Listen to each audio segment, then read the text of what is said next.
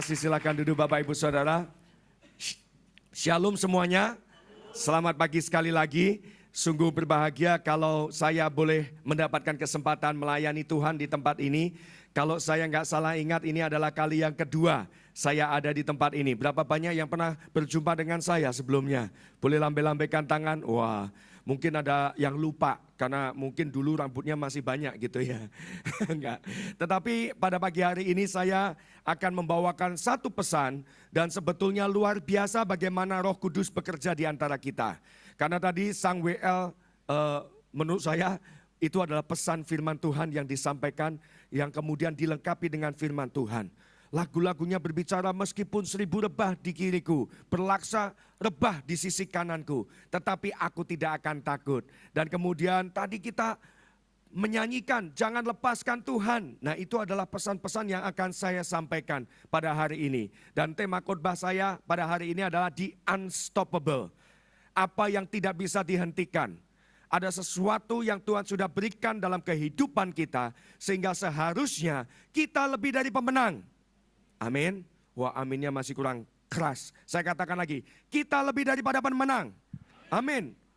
Karena itu saudaraku, pada hari ini saya ingin mengingatkan janji Tuhan bahwa sebetulnya memang kita adalah anak-anak Tuhan. Tetapi sebelumnya saya akan memperkenalkan diri saya. Nama saya adalah Arif Hermanto. Sehari-hari saya melayani sebagai full-timer di Victory Bible Institute, sekolah Alkitab yang ada di daerah Jakarta Barat, Greenfield sana. Dan saya juga tim penggembalaan di Abba Love Ministry. Dan saya penerjemah, memang banyak ya. Tetapi hobi saya salah satunya adalah menerjemahkan. Kalau Bapak Ibu nanti datang ke Empower 21, kemungkinan kita akan bertemu di sana nanti bulan Mei.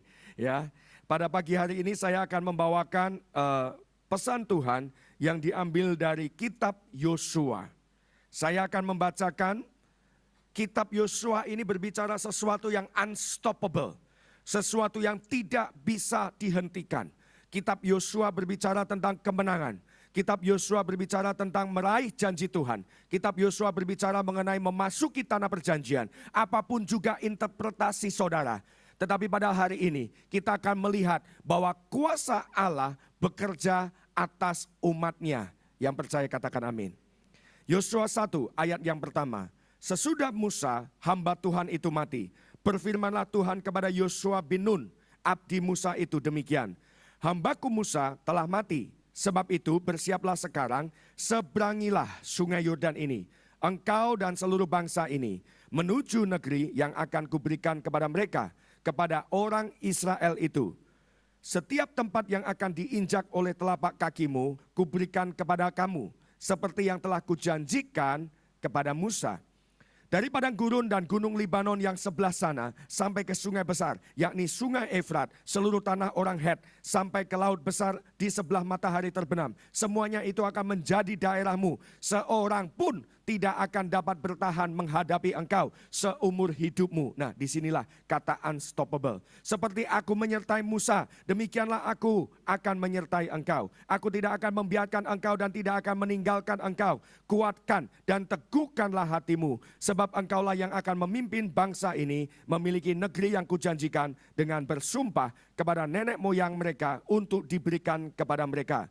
Hanya kuatkan dan teguhkan hatimu. Dengan sungguh-sungguh bertindaklah hati-hati sesuai dengan seluruh hukum yang telah kuperintahkan kepadamu oleh hambaku Musa.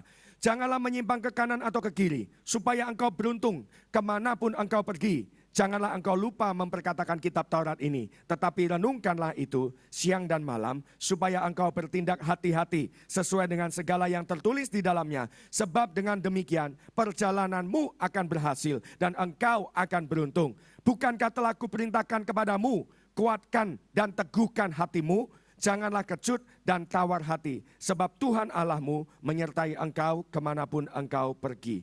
Demikianlah firman Tuhan. Di dalam kitab Yosua diawali oleh sebuah firman yang datang kepada Yosua.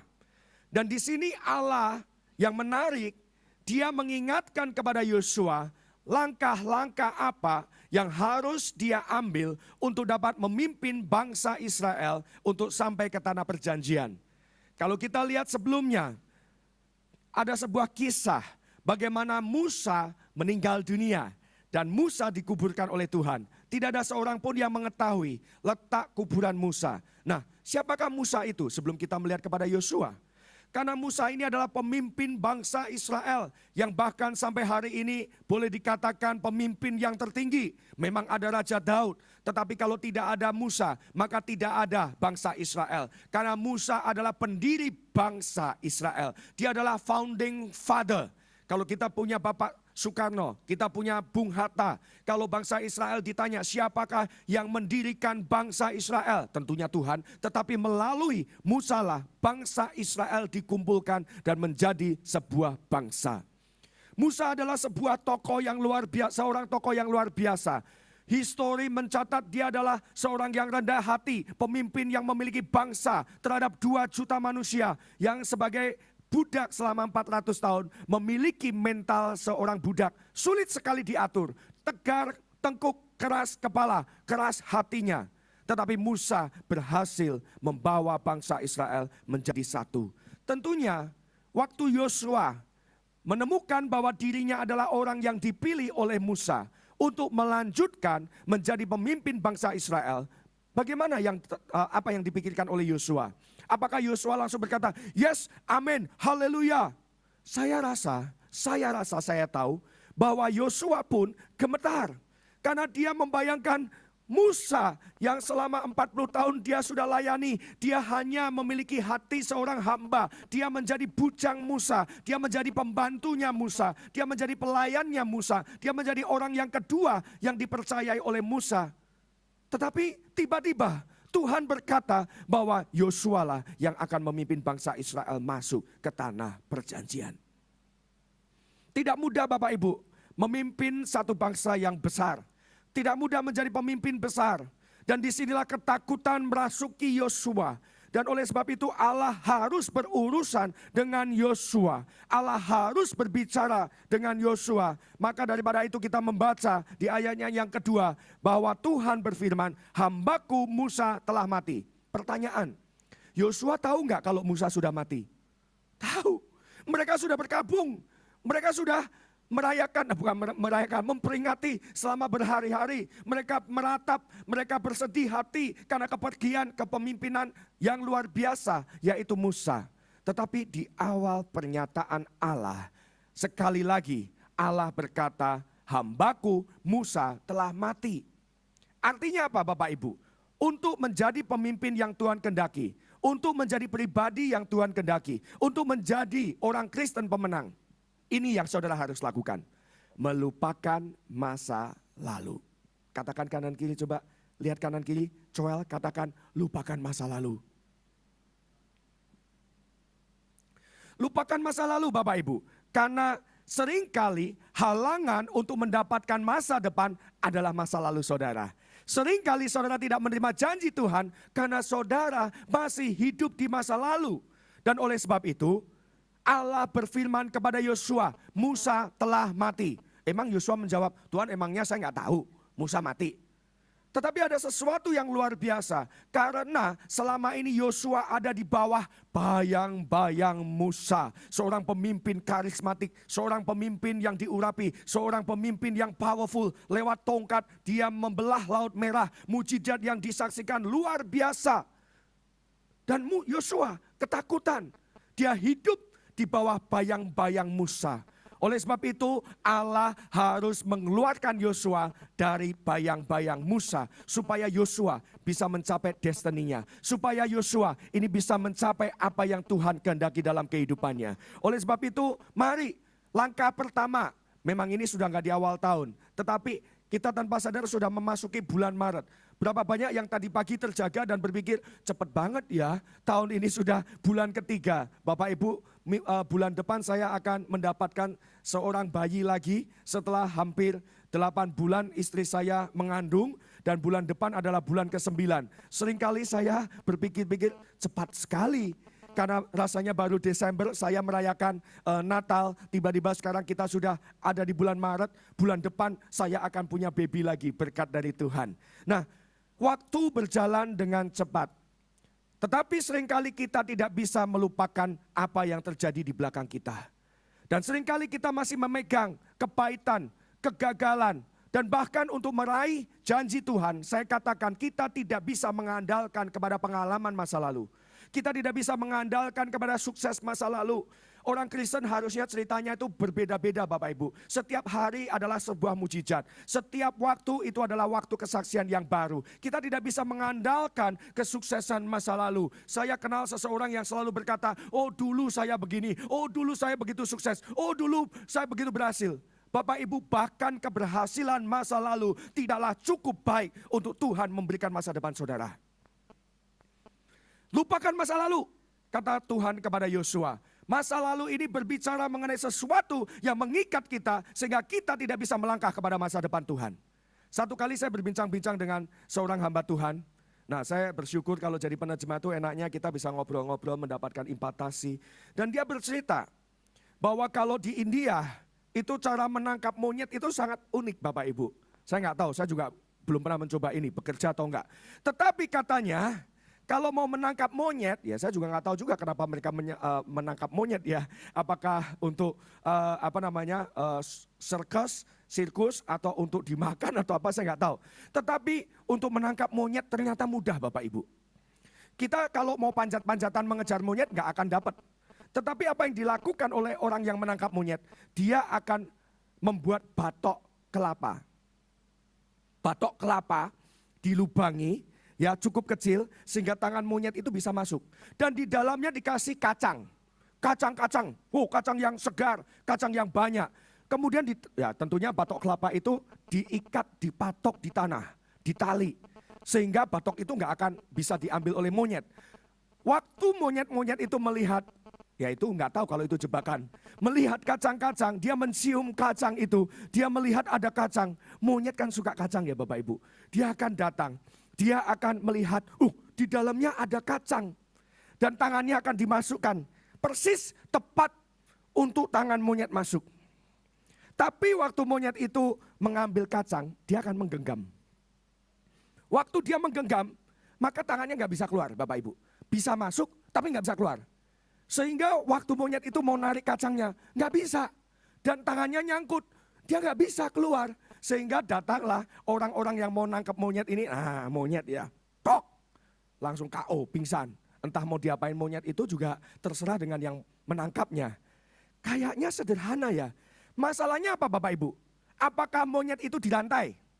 Apakah monyet itu ditembak?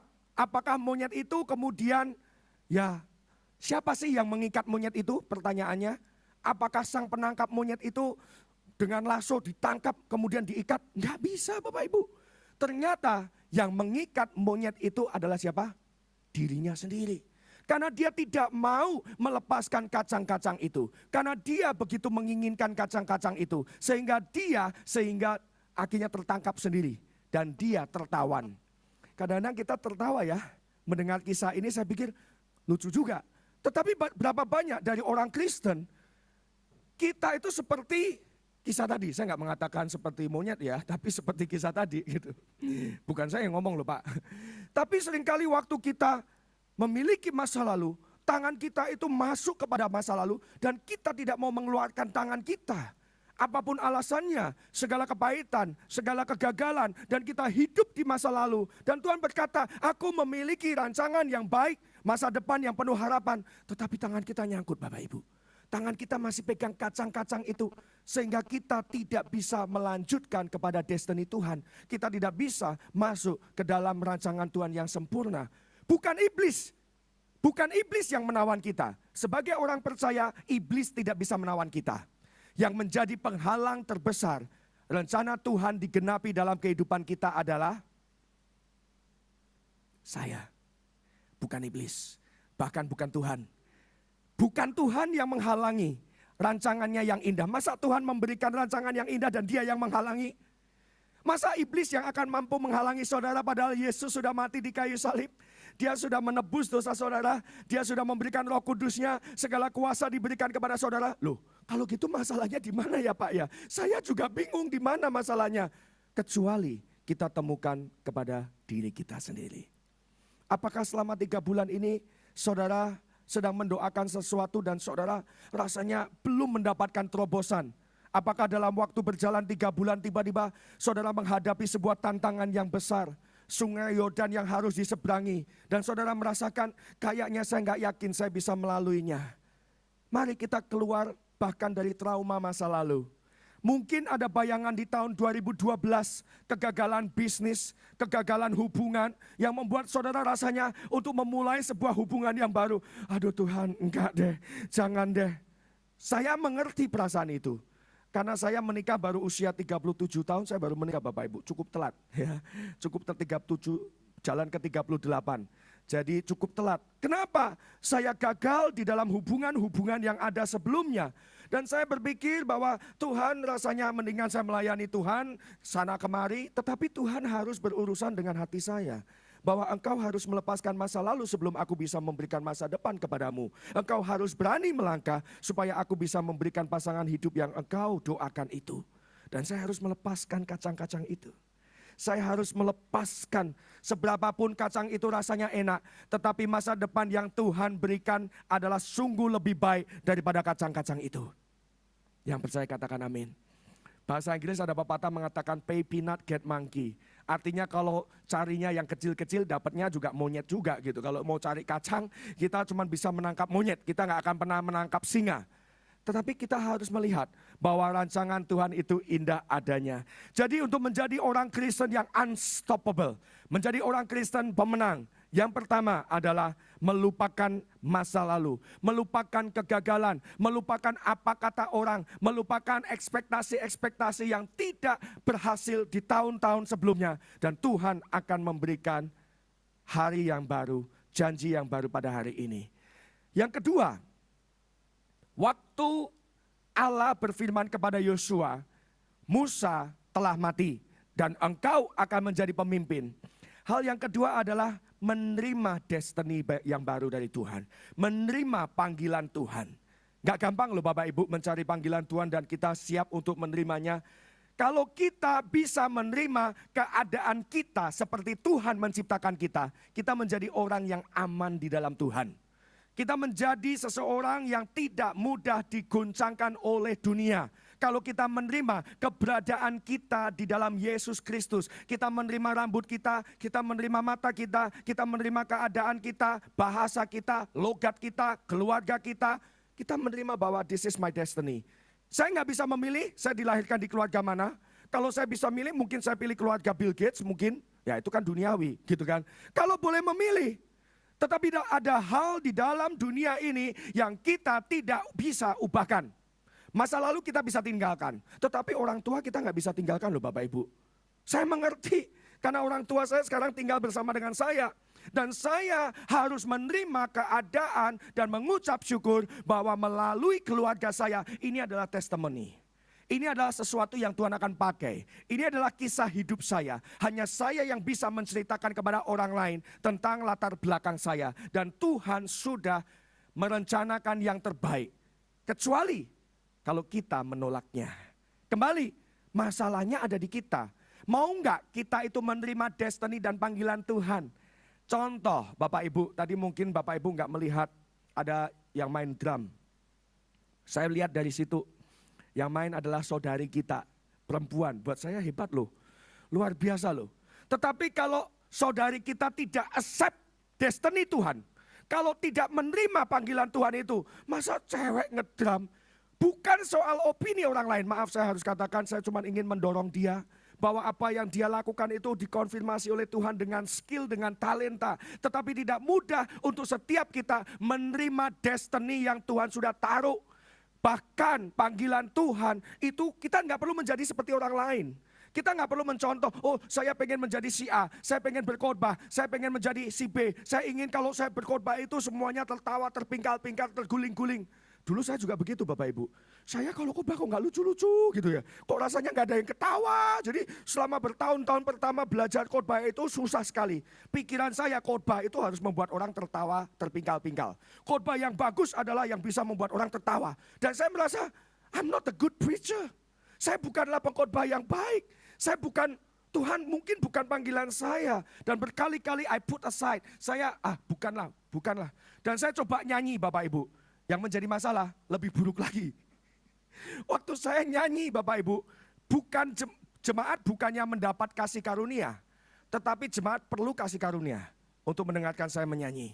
Dan saya tahu ini bukan panggilan saya. Saya nggak mencoba pretend di hadapan Bapak Ibu. How great is our God. Ya mungkin ada yang lebih baik yang bisa melakukannya. Why me? Kenapa saya harus menjadi seseorang? Kenapa saya harus kemudian komplain kepada Tuhan. Tuhan, suara saya kok bukan seperti Indonesian Idol atau apa. Bukan Bapak Ibu. Karena saya sudah diciptakan demikian. Dan mungkin logat saya Bapak Ibu sudah tahu asal usul saya dari mana. Lewat kata-kata saya, aksen saya, banyak orang bilang Bapak orang Jawa ya. Saya bilang kok tahu? Ya ketahuan. Saya bilang saya sudah 20 tahun lebih loh tinggal di Jakarta. Kok nggak bisa hilang juga ya medoknya. Kalau saya merasa inferior, kalau saya merasa berkecil hati, saya merasa minder. Karena saya berasal dari keluarga kecil, dari kampung kecil, dari kota kecil. Anak yang paling kecil, ini seperti Gideon nih. Anak yang paling kecil dari keluarga yang miskin, dari antara saudara yang memang lemah, di antara kaum minoritas. Wah, apa Tuhan bisa pakai saya? Bahasa saya itu nggak bisa ngomong, ini loh, satu huruf tuh saya nggak bisa ngomong jelas. Apa yang bisa dikatakan anak saya dengan jelas? R. Saya nggak bisa Bapak Ibu, cuman berhenti R, jatuh ke lantai, nggak bisa panjang gitu Bapak Ibu, R saya. Jadi kadang-kadang saya malu dulunya, saya nggak bisa accept destiny Tuhan kalau saya masih minder dengan keadaan saya. Dengan lidah saya. Tetapi Tuhan memberikan janji yang lebih baru. Saya belajar bahasa Inggris secara, ya mungkin saya nggak tahu dulu pernah kesaksian nggak. Singkat cerita, saya nggak belajar bahasa Inggris di universitas, maksudnya sastra Inggris enggak. Saya itu cuma jatuh bangun ngomong, belajar ngomong, berani aja, berani nabrak ngomong bahasa Inggris.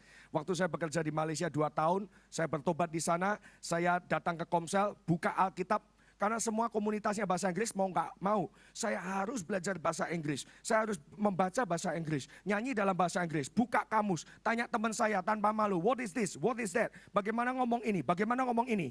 Apa itu, apa itu, apa itu, abon itu apa, floss, apakah floss itu. Nah, saya catat, saya rekam semuanya. 2,5 tahun saya belajar demikian. Dan ternyata dalam bahasa Inggris saya temukan R yang jelas itu tidak diperlukan. Ngomong bahasa Inggris itu tidak diperlukan R ngomong kayak orang Rusia malahan kalau kita ngomong ya rapidly gitu kan nggak mungkin kan. Jadi R itu kan penekanannya lemah. Jadi saya menemukan puji Tuhan. Lidah saya pelo, cedal. Karena saya bisa ngomong kepada bangsa-bangsa lebih baik lagi. Tetapi sebelum saya menerima keadaan diri saya, Tuhan tidak bisa memberikan masa depan yang penuh harapan itu. Sebelum saya menerima panggilan saya, maka saya tidak bisa menjadi pemimpin ataupun pribadi yang Tuhan inginkan. Sebelum Yosua menerima bahwa dirinya berbeda dengan Musa. Musa adalah negosiator. Musa lebih ke arah diplomasi. Dia adalah pemimpin yang halus, lembut hati. Tetapi untuk musim berikutnya kata Tuhan, nggak ada negosiasi-negosiasi, perang. Dipilihlah Yosua. Yosua mungkin bingung, saya ini nggak pinter ngomong, saya mendingan cabut pedang dan saya mendingan pukul daripada ngomong-ngomong, saya ketuk kepala kamu gitu kira-kira Yosua ya. Saya nggak mungkin sabar gitu seperti Musa mendengarkan berjam-jam dari pagi sampai malam, seluruh komplain, keluhan bangsa Israel satu persatu didengerin. Kalau Yosua mungkin udah pengennya action, action, action, mendingan aku berperang saja. Dan dia bingung, destininya gimana ini? Kok saya jadi pemimpin bangsa Israel yang seperti ini? Tetapi Tuhan sekali lagi berkata, Musa is dead now. Kamu harus keluar dari bayang-bayang Musa. Mantel jubah yang aku berikan, panggilanmu untuk masa ini adalah saat yang terbaik untuk engkau memimpin bangsa Israel. Bapak Ibu coba seandainya Musa masih memimpin, 32 raja-raja diajak negosiasi, nggak masuk-masuk ke tanah Israel Bapak Ibu. Ngomong satu bangsa aja susah. Negosiasi demi negosiasi. Mungkin Tuhan memang menghendaki jelas-jelas Yosua memimpin pada batas itu. Bahwa Tuhan tahu Musa, bukannya Musa nggak sempurna. Tuhan sudah melihat Musa menyelesaikan panggilannya. Tetapi diperlukan orang lain lagi untuk membawa bangsa Israel mengalahkan 32 raja. Dan itu bukan gaya Musa. Itu adalah gaya Yosua untuk bisa membawa Israel masuk ke dalam tanah perjanjian. Apa yang saudara nikmati, saudara lakukan. Mungkin itu panggilan saudara. Apa yang orang lain gak bisa, tetapi saudara dengan mudah bisa melakukannya. Itu mungkin destiny saudara. Apa yang saudara suka lakukan, bahkan saudara tidak dibayar. Ataupun saudara bisa menolong orang lain, membawa sukacita.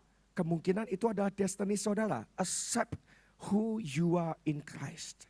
Accept your destiny. Menerima panggilan Tuhan. Kalau engkau ditentukan menjadi usher, jadilah usher yang terbaik. Bapak Ibu, saya belajar bertahun-tahun ini sesuatu yang penting. Saya mau katakan hari ini, kalau Tuhan, meskipun Tuhan menentukan saudara menjadi orang yang kedua, tetapi orang yang kedua sudahlah cukup kalau memang itu adalah kehendak Tuhan. Saudara tidak perlu menjadi orang nomor satu. Kalau memang Tuhan mau, saudara menjadi orang nomor dua. Seperti Yosua pada awalnya. Dan saya selalu memposisikan diri saya sebagai bujang. Dalam arti armor bearer. Jadi armor bearer itu adalah kalau raja berperang. Maka ada bujang yang membawa senjata seperti bujangnya Saul. Yang menolong raja untuk berperang. Nah itu bujang. Seringkali waktu saya melayani hamba-hamba Tuhan. Menerjemahkan. Saya nggak melihat diri saya orang nomor satu. Dan saya melihat diri saya hanyalah seorang pelayan Tuhan, hamba Tuhan. Dan saya submit kepada kepemimpinan yang ada. Saya submit kepada hamba Tuhan tersebut. Dan kalau memang saya ditentukan menjadi orang nomor dua, kenapa saya harus struggle, strive, berjuang. Aku harus menjadi yang utama. Nah ini perpecahan mulai jadi nih. Bahkan di dalam tubuh Kristus. Kenapa? Aku mau menjadi yang pertama. Aku mau melampaui semuanya. Menjadi the best. The best dalam ukuran kacamata Tuhan, bukan kacamata dunia. Kadang-kadang kalau dunia ngomong the best itu adalah yang paling kaya, yang paling tinggi, yang paling putih, yang paling cantik. Bukan itu ukuran Tuhan. Di mata Tuhan, the best adalah waktu kita menerima tugas yang Tuhan sudah percayakan kepada kita. Meskipun kita cuma menjadi singer selamanya. Meskipun kita main drum dan gak ada yang melihat. Meskipun kita bersih-bersih lantai. Tetapi Tuhan melihat apa yang kita lakukan. Dan Tuhan akan memberkati kehidupan kita. Sehingga tidak ada yang dapat menghentikan berkat Tuhan dalam atas hidup kita. Kesalahan waktu kita mencoba untuk mencapai dengan kekuatan kita sendiri. Kita pikir kita mau mencapai sesuatu. Dan kita mau melakukannya menurut cara kita. Jadi ada dua hal. Yang satu sangat ambisius. Yang kedua, minder. Sama-sama tidak bisa menerima destiny Tuhan. Barulah waktu Tuhan berkata, Musa telah mati, bangkit Yosua, engkau yang akan memimpin. Engkau yang akan membawa bangsa Israel masuk. Yosua harus menerima itu. Dia tidak bisa berkata, yang pertama mengingat masa lalu, waduh bagaimana saya bisa membelah Laut Merah. Atau saya bukan pemimpin. Apa kata Yosua kalau seandainya Yosua, apa kata Tuhan kalau seandainya Yosua berkata, aku bukan pemimpin, aku nggak bisa. Tuhan katakan itu sombong. Kalau Tuhan bilang kamu bisa dan kita bilang saya nggak bisa Tuhan, itu sombong. Sombong itu nggak selamanya, oh yang tinggi-tinggi. Kadang-kadang yang suka merendah, bisa nggak pimpin doa? Oh Pak Gembala, saya nggak bisa berdoa Pak. Kita pikir itu rendah hati. Tapi sudah berapa lama jadi orang Kristen? 20 tahun, baru 20 tahun Pak. Doa makan nggak bisa Pak. Loh, kalau itu bukan apa ya, kerendahan hati, itu adalah kesombongan. Karena kita tidak bisa menerima panggilan Tuhan.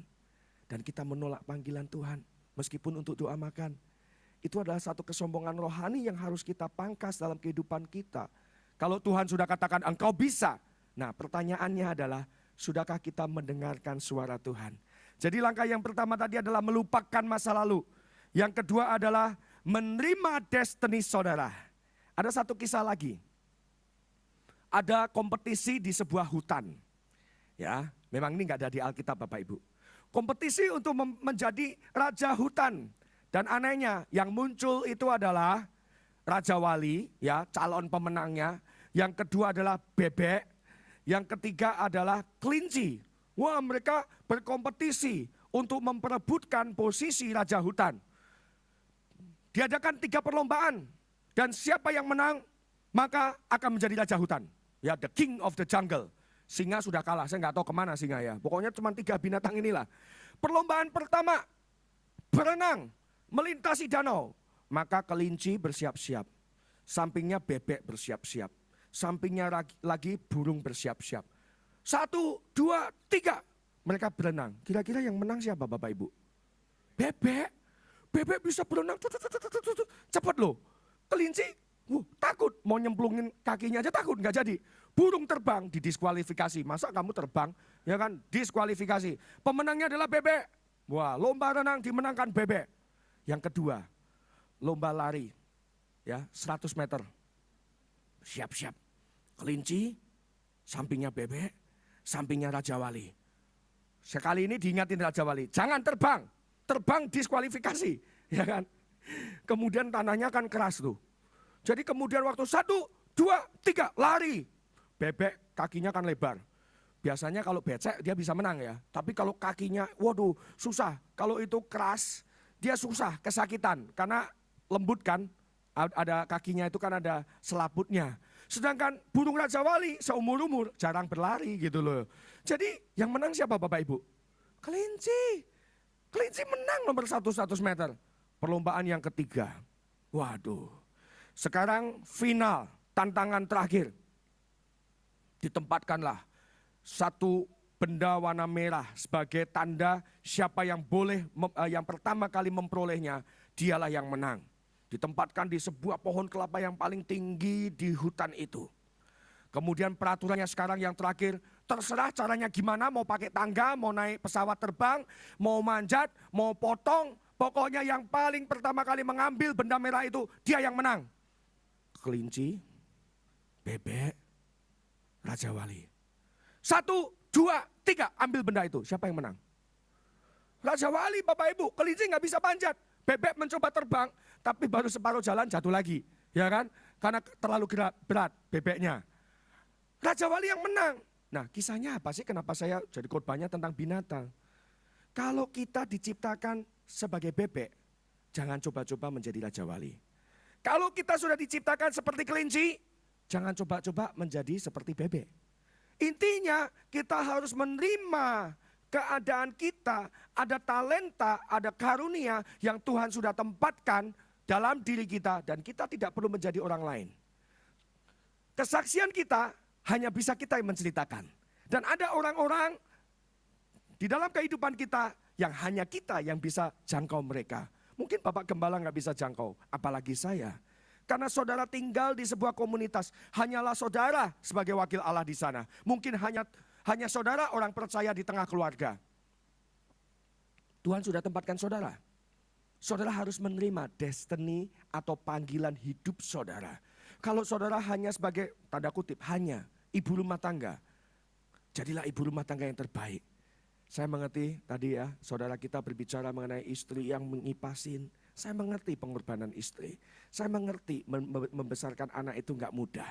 Dan saya pun sekarang nggak punya neni, nggak ada penolong. Kami berdua yang membesarkan anak kami yang baru 2 tahun dan akan ada lagi 1. Itu adalah tanggung jawab yang besar. Dan saya tidak pernah menganggap bahwa pelayanan nomor 1, keluarga nomor 2 nggak bisa Bapak Ibu. Panggilan yang pertama dalam kehidupan saya adalah as a father, sebagai seorang ayah. Dan saya harus merawat keluarga saya. Istri saya nggak bisa hadir karena ada pelayanan juga di gereja kami. Tapi setelah ini kami akan bertemu lagi, siang nanti kami akan pelayanan lagi sampai sore dan kami akan bersama-sama. Tetapi kalau saudara atau ibu-ibu di sini, hanya tanda kutip, hanya kata dunia sebagai ibu rumah tangga, itu bukan hanya buat Tuhan. Itu adalah panggilanmu yang terbesar. Bahwa melalui engkau akan membesarkan anak-anak ilahi. Tuhan akan membangkitkan pemimpin dari keluargamu, yaitu anak-anakmu sendiri yang akan memenangkan jiwa-jiwa bagi Tuhan. Accept your destiny. Saudara harus menerima panggilan Tuhan itu. Jadi poin yang pertama, lupakan masa lalu. Yang kedua adalah menerima panggilan Tuhan. Dan yang ketiga, kita harus mengingat janji Tuhan. Seringkali mungkin kita sudah mendapatkan janji Tuhan. Tetapi setelah 1 tahun, 2 tahun, 3 tahun, 4 tahun, kita nggak pernah menerima janji Tuhan. Kita menjadi lelah, kita menjadi berkata mungkin saya salah. Mungkin waktu itu saya didoakan, saya nggak tahu ya. Apakah saya sedang bermimpi, saya sedang capek, apakah penglihatan itu benar, mungkin itu hanya angan-angan. Tetapi berkali-kali Tuhan meneguhkan kembali perjanjiannya dengan Yosua. Oleh sebab itu Tuhan berkata di dalam ayatnya yang ketiga, setiap tempat yang akan diinjak oleh telapak kakimu, ku berikan kepadamu. Sekali lagi. Sekali lagi Tuhan mengingatkan janjinya. Apakah Yosua kemudian menjawab, Tuhan sudah tahu, bosan saya mendengarnya, dari Musa juga sudah tahu. Kenapa Tuhan mesti mengingatkan Yosua kembali? Karena Yosua bimbang. Bapak Ibu, Yosua bimbang saat itu. Makanya 3 kali Tuhan berkata, kuatkan dan teguhkanlah hatimu, kuatkan dan teguhkanlah hatimu. Ayat 6, ayat 7, ayatnya yang ke-9. Kuatkan dan teguhkanlah hatimu. Seringkali hati kita pun mulai bimbang. Setelah sekian lama kesembuhan tidak datang, pemulihan keluarga tidak datang, dan kita bahkan tidak mengalami terobosan dalam hal pekerjaan, keuangan. Kita mulai berpikir-pikir, apakah Tuhan mendengarkan doa saya? Apakah Tuhan juga masih mendengarkan dan menjawab doa umatnya? Oh mungkin itu zaman rasul-rasul, oh mungkin itu zaman perjanjian lama, tentang kesembuhan, karunia roh, sekarang nggak ada lagi. Mungkin kita bimbang.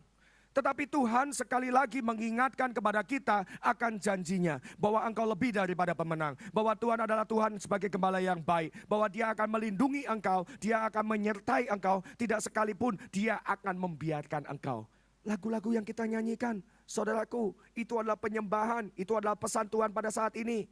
Engkau harus percaya janji Tuhan pasti digenapi dalam kehidupan kita. Tetapi kita perlu bersandar kepada janji Tuhan itu. Kita perlu berserah kepada Tuhan. Mengingat kembali janji Tuhan. Apa yang Tuhan pernah katakan, dia tidak lupakan. Pada waktunya tepat Tuhan akan berikan kepada kita. Kesaksian saya yang terakhir. Yang pertama dan terakhir. Satu kali saya waktu dalam kelas di Bible School saya, waktu itu mengundang Pastor Amos Jayaratnam. Dan kemudian kami praktek mengaktifkan karunia roh. Bernubuat. Dan bernubuat itu artinya adalah untuk membangun, untuk menghibur teman kita. Karunia itu bukan untuk kita sendiri. Karunia itu adalah untuk membangun jemaat bernubuat. Ya, kecuali bahasa roh itu adalah untuk membangun diri kita. Tetapi 8 karunia yang lain adalah untuk membangun orang lain. Oleh sebab itu kami berdoa. Dan waktu praktek dikatakan nanti apapun yang Tuhan berikan, baik impresi, baik mungkin visi atau penglihatan, baik suara yang lembut atau yang audible untuk saudaramu. Katakan itu untuk saudaramu. Jadi kami mulai berdoa setelah di akhir sesi, setelah seminar. Kami berdoa dalam bahasa roh. Kemudian hening dan hentikan semuanya dan kita minta sama Tuhan sesuatu untuk kita dapat katakan kepada orang lain. Waktu saya diam begitu ya, anehnya saya mendapatkan gambaran rumah. Sebuah rumah ada jendela putih dan ada model rumah ini lucu, kayak istana, kayak kastil. Dan kemudian ada bagian rumah yang melengkung keluar. Jadi kalau dari luar itu kayak ada istana puri begitu ya. Lancip, kemudian jendelanya warna putih, ada bagian yang melengkung demikian. Saya melihat rumah itu. Saya bukan orang yang biasa mendapatkan penglihatan. Mungkin boleh saya katakan itu satu-satunya penglihatan yang saya pernah terima. Biasanya Tuhan berbicara kepada saya adalah impresi, suara dalam hati saya. Ada suara yang lembut, ada damai sejahtera. Itu adalah gaya saya menerima sesuatu dari Tuhan. Tetapi pada saat itu saya menerima satu gambaran yang begitu jelas. Dan kemudian director dari Bible School saya waktu itu masih aktif. Dan kemudian pemimpin saya bertanya kepada saya tahun 2004 atau 2005 saat itu. Rif, kamu dapat apa? Saya kaget. Saya sebagai full timer, sebagai staff, salah satu pemimpin di situ kok saya malah pikirannya melantur ya. Saya nggak dapat seseorang kata-kata menguatkan untuk seseorang. Saya hanya melihat gambaran rumah. Dan saya malu untuk mengatakannya. Mungkin saya lagi, kalau bahasa orang Jawa itu ngelindur ya. Mimpi di tengah siang hari bolong gitu ya. Saya katakan, tante saya nggak dapat apa-apa, tante dulu deh. Enggak, kamu ceritakan. Kamu dapat apa? Tante dulu deh. Enggak, kamu ceritakan dulu. Wah, saya didesak demikian ya. Ayo ngomong. Saya bingung. Saya bilang gini, tante, saya tidak mendapatkan impresi tentang wajah seseorang. Kata-kata untuk orang lain, nama orang lain, enggak ada tante. Tetapi saya hanya melihat gambaran rumah yang begitu indah. Seperti kastil, jendelanya putih melengkung kotak-kotak. Dan rumah ini begitu, ya kayak puri lah. Kayak kastil. Dan kemudian pemimpin saya tertawa. Dia katakan gini, Rif, kalau begitu saya nggak salah mendengar suara Tuhan. Hah? Maksud tante apa? Karena saya dengar dari Tuhan, tanyakan ke Arif, apa yang ada di pikirannya saat ini, aku akan berikan kepadanya. Jadi saya ulang lagi.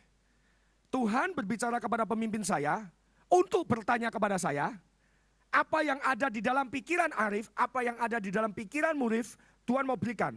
Puji Tuhan, saya nggak mikirin sepeda tadi dalam hati saya.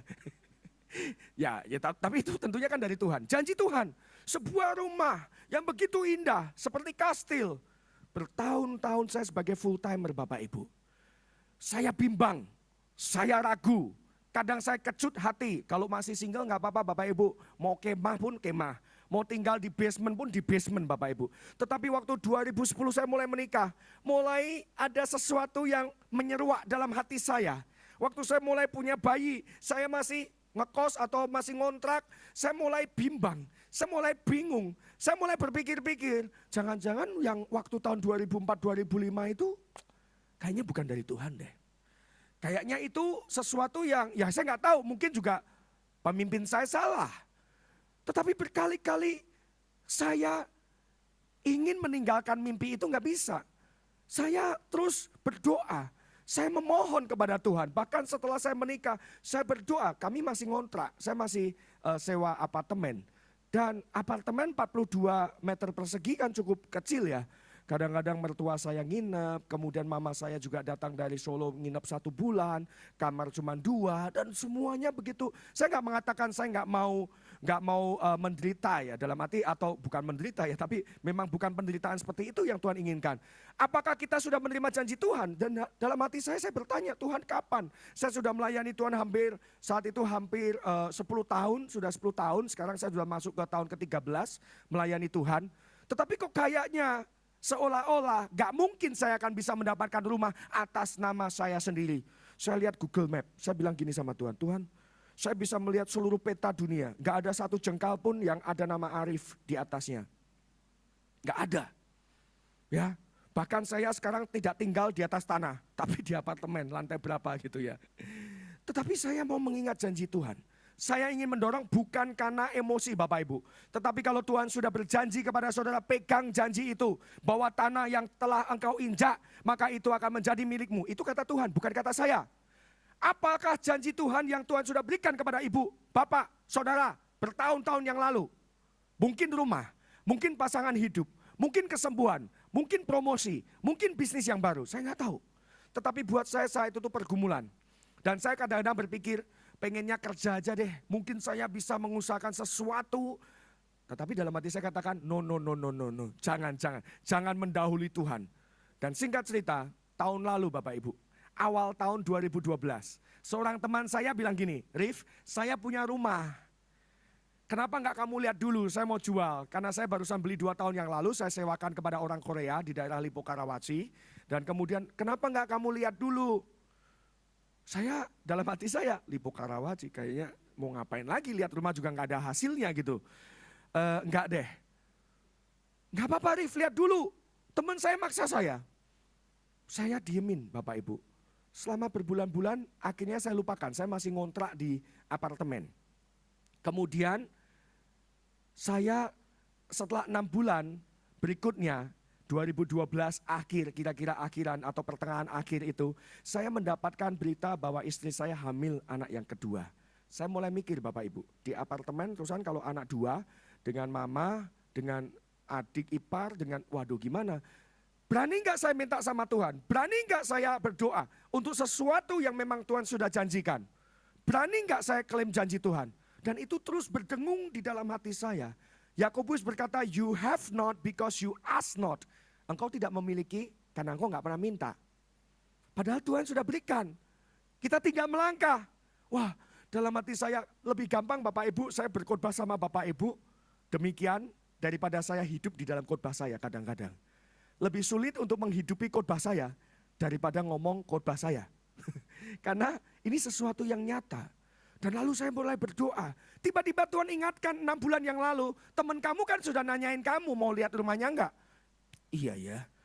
Tapi, enggak ada tapi-tapi. Telepon dulu. Saya telepon, sis, kira-kira rumah kamu masih ada enggak ya? Oh masih ada Rif. Saya mencoba menjual 6 bulan ini enggak laku-laku. Ada yang ditolak KPR-nya, ada yang orang dari Inggris datang. Dia menikah dengan orang Indonesia, orang kita. Kemudian mau beli rumah. Nah teman saya ini menawarkan harga sekian, sedangkan suaminya posting harga lebih murah di internet. Akhirnya entah kenapa sudah mau deal, mau bayar DP, mereka kok bisa ngecek internet, ternyata harganya beda dan mereka marah. Mereka marah, kalian kok menipu saya, kalian publish di internet sekian, sedangkan istri kamu ngomong sekian, padahal harganya sudah berubah karena sudah beberapa bulan ditayangkan di internet kan harga tanah berubah terus. Dan kemudian teman saya ini sudah upgrade rumahnya, sudah perbaiki rumahnya, dibangun loteng sedikit lagi untuk jemuran. Singkat cerita harga sudah naik, tetapi akhirnya mereka batal. Dan saya datang melihat rumah itu. Bapak Ibu, saya datang ke kompleks yang ada di Lipo Utara. Kalau Bapak Ibu cukup mengenal daerah itu, namanya cukup aneh. Taman Espana, Spanyol ya, Spain, Taman Spain. Gaya-gayanya seperti Spanyolan gitu ya. Kemudian Jimbaran, model rumahnya kayak Bali-Bali gitulah. Kemudian ada Taman Britania. Nah, saya dikasih tahu rumah ini di Taman Britania. Britain itu kan Inggris. Ya udah, saya datang ke sana Bapak Ibu. Saya sampai ke daerah itu, saya lihat mulut saya ternganga Bapak Ibu. Karena saya menyaksikan rumah di sana itu kayak kastil dan rumah yang ditawarkan itu jendelanya muter begini melengkung, kalau dari Bapak Ibu berarti keluar gini. Jendelanya warna putih dan atapnya runcing, kayak potlot yang setelah di pensil yang setelah diraut. Atapnya begitu Bapak Ibu. Saya mau tanya Bapak Ibu, di Jakarta, di Indonesia berapa banyak sih rumah jenis begini? Dan saya juga nggak pernah lihat. Kemudian waktu saya lihat, saya ternganga. Ini kok kayak mimpi saya ya. Saya bingung, saya merinding. Saya bilang sama istri saya kayaknya pernah melihat penglihatan ini 7 tahun yang lalu. 7 tahun yang lalu. Istri saya juga bingung, saya nggak pernah cerita. Tetapi berani punya iman nggak? Berani melangkah nggak? Ada seorang hamba Tuhan yang datang dari Malaysia, waktu itu ngajar di sekolah Alkitab saya ajak lihat. Dan kemudian kami masuk dan dia berkata, I claim, I proclaim, pokoknya ini milik Arif, diinjek-injek, Arif injek-injek. Saya bilang injek-injek. Hati dan kaki dua hal yang berbeda ya, kaki bisa nginjek, tapi pikiran hati itu kan bingung gitu loh, apakah ini bekerja atau enggak, ini berhasil atau enggak gitu kan ya. Ada keraguan lagi, tetapi berkali-kali Tuhan ngomong, kuatkan dan teguhkanlah hatimu. Ini adalah janjiku. Mintalah, mintalah. Surga itu seolah-olah Bapak Ibu sudah siap-siap memberkati kita. Cuman kita harus punya iman untuk percaya kepada janji Tuhan. Kalau kita tidak mengaktifkan janji Tuhan itu, kita nggak akan pernah menerima. Kalau kita masih mengingat masa lalu saya bukan dari orang yang berhasil secara keluarga finansiali, secara keuangan. Dan saya hampir nggak kuliah karena saya satu-satunya anak nomor 6 yang kuliah. 5 kakak-kakak saya semuanya SMA, STM, semuanya bekerja. Saya berbicara finansial lebih sulit buat saya daripada ngomong iman untuk kesembuhan. Istri saya mendapatkan mujizat kesembuhan. Yang harusnya tidak bisa punya anak, bisa punya anak. Itu lebih mudah buat saya. Berbicara keuangan, buat saya ini adalah sebuah sungai Yordan yang begitu luas. Merupakan raksasa saya. Tetapi saya harus berdoa, saya ditopang doa oleh teman saya, mengingatkan janji Tuhan. Dan saya berkata kepada teman saya itu ternyata tetangga saya. Jadi rumah yang dibeli itu adalah show unit, rumah contoh. Dan dia tinggal persis di depan saya, di sebelah saya. Dan kemudian saya bertanya kepada dia, singkat cerita Bapak Ibu, harga yang diberikan kepada saya itu unbelievable. Saya sampai bingung, kamu betul nggak? Dia menawarkan di luar itu bisa sekian, sama saya sekian. Saya bilang, sis, ya memang kebetulan saya kenalnya dengan istrinya, pernah satu jemaat dulunya. Saya bilang, sis, berikan saya waktu 2 minggu, jangan jual rumah ini. Dalam waktu 2 minggu kalau Tuhan buka jalan, saya percaya nggak ada yang mustahil. 2 minggu cukup untuk membayar rumah ini. Tetapi kalau ini bukan dari Tuhan, jangankan 2 minggu, 2 tahun juga nggak akan pernah saya peroleh. Tetapi sebagai bukti bahwa ini adalah benar dari Tuhan, saya mau uji. Saya mau angkat kedua tangan saya. Saya akan mengingat janji Tuhan. Saya melupakan kegagalan masa lalu. Saya menerima calling destiny saya sebagai full timer hamba Tuhan. Saya bukan orang yang harus kerja dan kemudian maksudnya secara keuangan saya kejar secara profesional. Saya tahu itu bukan jalan Tuhan. Untuk saya, panggilan saya memang saya suka melayani gereja Tuhan. Dan ini adalah calling saya. Dan yang ketiga, saya minta sama Tuhan. Saya berdoa sepakat sama istri saya. Dalam waktu 2 minggu Bapak Ibu, secara ajaib, memang saya masih punya kewajiban-kewajiban. Tetapi tanpa KPR, kalau KPR Bapak Ibu, saya harus tanda kutip menipu semua data keuangan saya untuk mendapatkan KPR. Saya bilang begini, kalau memang tanpa KPR saya bisa, saya akan beli rumah ini. Dan dalam waktu kurang dari 2 minggu, saya berdoa, saya benar-benar memohon kepada Tuhan, mengingat janji Tuhan, dan mengingat kesetiaan Tuhan. Secara ajaib, Tuhan penuhi semuanya. Dan saat ini kalau saya lihat Google Map, Jalan Lancelot, saya foto, namanya sudah atas nama saya. Dan itu adalah tanah yang diberikan oleh Tuhan untuk keluarga saya dan untuk anak cucu saya. Hal yang mustahil yang bagi pikiran saya itu enggak mungkin. Tuhan berikan. Kenapa? Kalau kita mau mengingat janji Tuhan. Sekarang pertanyaannya, berapa banyak janji Tuhan yang Tuhan sudah berikan dalam kehidupan saudara? Apakah saudara sudah menerima janji Tuhan? Apakah saudara mendengarkan suara Tuhan? Apakah saudara menerima rema, firman yang saudara yakini? Itu adalah firman Tuhan.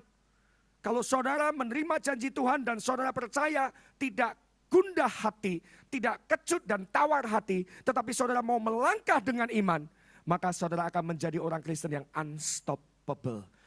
Boleh kekuatan neraka mencoba menghentikan saudara. Boleh si iblis mencoba menjegal saudara. Tetapi kita memiliki gembala yang baik. Gembala yang akan melindungi kita. Sekali lagi yang saya ingin katakan, seringkali janji Tuhan itu tidak terjadi dalam kehidupan orang percaya. Karena kita tidak percaya janji Tuhan. Karena kita masih memegang masa lalu. Kita masih nyaman dengan keadaan sakit hati masa lalu. Kita pikir kalau kita membuka diri dan kita memberikan pengampunan, jangan-jangan aku disakiti lagi. Dan kita begitu takut untuk meraih masa depan. Karena kita masih pegang masa lalu. Ingat cerita monyet Bapak Ibu yang menggegam. Jadi orang yang tidak bisa melupakan masa lalunya adalah orang seperti orang yang tertawan oleh karena masa lalu. Oleh sebab itu Bapak Ibu, hari ini saya cuma ingin memberikan kekuatan kepada Bapak Ibu. Langkahnya sederhana. Ayat 8 sebagai ayat terakhir dan penutup buat saya. Tuhan berkata, janganlah engkau lupa memperkatakan kitab Taurat ini. Tetapi renungkanlah itu siang dan malam. Supaya engkau bertindak hati-hati sesuai dengan segala yang tertulis di dalamnya. Sebab dengan demikian perjalananmu akan berhasil dan engkau akan beruntung. Jangan lupa engkau itu memperkatakan Taurat. Engkau membaca firman, mengucapkannya dan mengaplikasikannya untuk kondisi dan situasimu. Meskipun situasi rasanya nggak mungkin. Ucapkan firman. Meskipun saudara mungkin mengalami tantangan sakit penyakit. Saudara katakan oleh bilur-bilur Yesus, aku sudah disembuhkan. Kalau saudara merasa nggak layak melayani Tuhan, mungkin saudara merasa dihimpit oleh dosa masa lalu. Baca Roma 8 ayat 1. Ucapkan keluar dari mulutmu, tidak ada lagi penghukuman bagi mereka yang di dalam Kristus Yesus. Haleluya. Tidak ada lagi penghukuman. Hai iblis Anya. Iblis akan membisikkan, engkau bukan siapa-siapa. Engkau gak akan pernah sukses. Engkau tidak akan pernah bisa dipakai oleh Tuhan. Lihatlah masa lalumu. Ingat Bapak Ibu, segala sesuatu yang mengingatkan akan dosa kita, akan masa lalu kita, akan kegagalan kita, itu bukanlah Roh Kudus. Gampang. Karena mencoba mengikat kita kembali. Aku gak layak. Aku gak mau pelayanan. Kenapa? Oh ya gak apa-apa. Tapi sesungguhnya ada sesuatu yang mengikat ke belakang. Dan iblis memborbardir kita. Kalau kita masih pegang masa lalu kita, iblis itu datang seperti penangkap monyet tadi loh, diketuk kepala kita.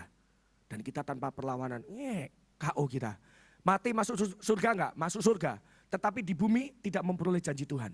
Bukan itu yang Tuhan kehendaki.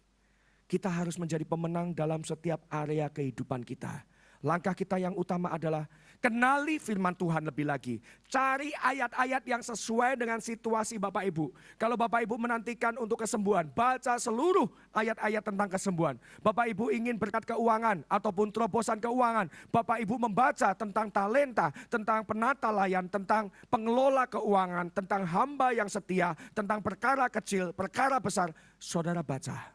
Sampai ada sesuatu yang muncul dalam diri saudara. Saudara menerima janji Tuhan, saudara menanggalkan masa lalu, kemudian saudara menerima destiny yang Tuhan sudah berikan. Ataupun mungkin saudara Tuhan berbicara, engkau harus melayani aku di tempat ini, di tempat bisnis. Jadilah bisnismen yang luar biasa. Engkau akan menjadi ibu rumah tangga yang luar biasa. Jadilah ibu rumah tangga yang luar biasa juga. Dan lalu kita memperkatakan firman dalam kehidupan kita. Tentunya setiap dari kita punya kesaksian. Saya hanya mengingatkan dan saya mau menceritakan apa yang Tuhan lakukan dalam kehidupan saya. Puji Tuhan, Tuhan itu tidak memandang orang. Dia tidak memandang bulu. Dia tidak membeda-bedakan. Apa yang Tuhan sanggup kerjakan buat saya, Dia sanggup kerjakan buat saudara. Dan apa yang saudara inginkan, yang saudara raih, dari Tuhan janji bertahun-tahun yang lalu untuk pemulihan keluarga, untuk promosi, untuk multiplikasi, untuk anak-anak saudara, pertobatan suami, pertobatan istri, pertobatan orang tua. Tekunlah, pegang janji Tuhan. Dan kita maju ke depan, injak ke tanah perjanjian itu. Dan Yosua pada akhirnya dia menang karena dia tidak menoleh ke belakang. Dan dia menerima pribadi yang unik. Setiap saudara unik, setiap talenta yang Tuhan berikan unik. Dan tidak ada yang dapat menggenapi rencana Tuhan kecuali saudara. Untuk hal yang Tuhan sudah tetapkan buat saudara. Saya tidak perlu menjadi orang lain, tetapi saya menerima keadaan saya seperti yang Tuhan inginkan. Kalau itu yang saudara lakukan, maka saudara akan menjadi orang Kristen yang kuat dan pemenang. Saudara akan meraih tanah perjanjian itu. Dan saudara akan mengalahkan raja demi raja. Di tanah perjanjian itu pasti banyak tantangan. Saya nggak berkata bahwa semuanya mulus. Dalam sehari saudara akan menerima semuanya. Tetapi perlu ketekunan. Perlu keyakinan akan kuasa Roh Kudus. Dan kita perlu membaca firman Tuhan, memperkatakan, membangkitkan iman. Kita maju ke depan lagi. Dan kita percaya bahwa suatu kali kelak Tuhan menggenapi janjinya. Mari kita tundukkan kepala.